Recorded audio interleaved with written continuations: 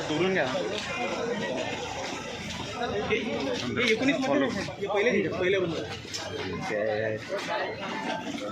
त्या प्रवीण भाऊ 717 भिवाजी पताजी सोनवणे. या जय भाऊ मागं. भिवाजी पताजी सोनवणे. आधार 029. एक मिनटं.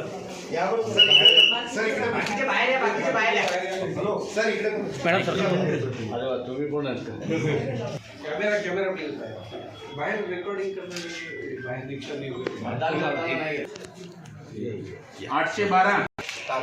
72 क्रमांक.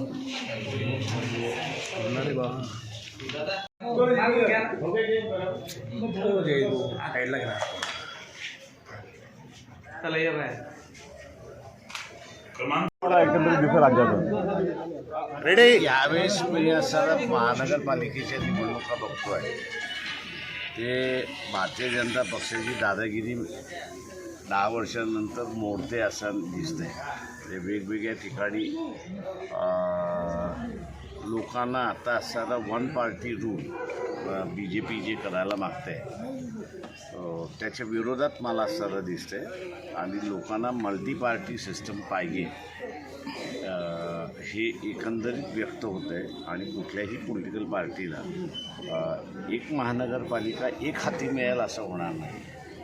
तेव्हा सर लोकच मी असं म्हणेन राजकीय नेत्यांना सुधरवतात आहेत आणि उद्याचं राजकारण कसं असलं पाहिजे याचा धडाही देतात आहेत मताच्या रूपाने असं त्या ठिकाणी बघतोय. मुंबईचं चित्र काय राहणार? मिक्स राहणार. बाळासाहेब, पहिली निवडणूक अशी आहे की पैसा नंतर गुंडगिरी मारामाऱ्या हे खूप वाढले. तुम्ही पहिली निवडणूक पाहिली तर काय म्हणजे असं का होतं महाराष्ट्रात? एका बाजूला असताना पैसा वाटप केला जातो हेही बरोबर आहे आणि दुसऱ्या बाजूला लोकच पैसे वाटप करणाऱ्या उमेदवाराला जे वाटप करत आहेत त्यांना हाकलतात आहेत असंही चित्र आहे. तर मी असं ही एक पॉझिटिव्ह साईन म्हणतो की अगोदर जे आहे ते ठीक आहे, काही एरियांमध्येच काही ठिकाणी वाटलं जात होतं. आत्ता जी सरसकट करण्याचा प्रयत्न जो चाललेला आहे त्याच्या विरोधामध्ये लोक आहेत असं एकंदरीत मला दिसतं. बळी पडणार का लोक वाटते? ते आता जसं साड्या वाटप झाल्या त्याचं त्या जाळण्यात आल्या किंवा काही वस्तींमध्ये असणारं पाकिटं घेऊन गेले तिथे असणारा महाराष्ट्रभरातल्या असणाऱ्या अनेक उदाहरणं आहेत की लोकांनी सोसायटीमधनं पळून लावलं त्यांना. त्याच्यामुळे हे गुड साईन आहे असं मी त्या ठिकाणी मानतो. ताई, महाराष्ट्रात राजकीय हस्तक्षेप जास्त वाढला निवडणुकामध्ये आणि निवडणुका वेगळ्या वळणावर गेल्या असं वाटतं का तुम्हाला?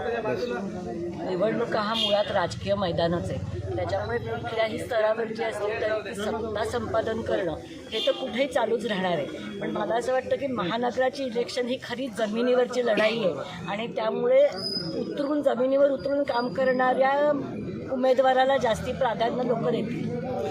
मुद्दे भटकट चालले आहेत की काही मुद्दे सोडून धर्मावर हे संपूर्ण महापालिकेची? मला असं वाटतं की आता महानगरपालिकेच्या ज्यात कोणीही मुद्दे भडकवण्याचा प्रयत्न केला तरी मतदारांनी स्थानिक प्रश्न ज्यांनी उचलले त्याला प्राधान्य दिलं आहे.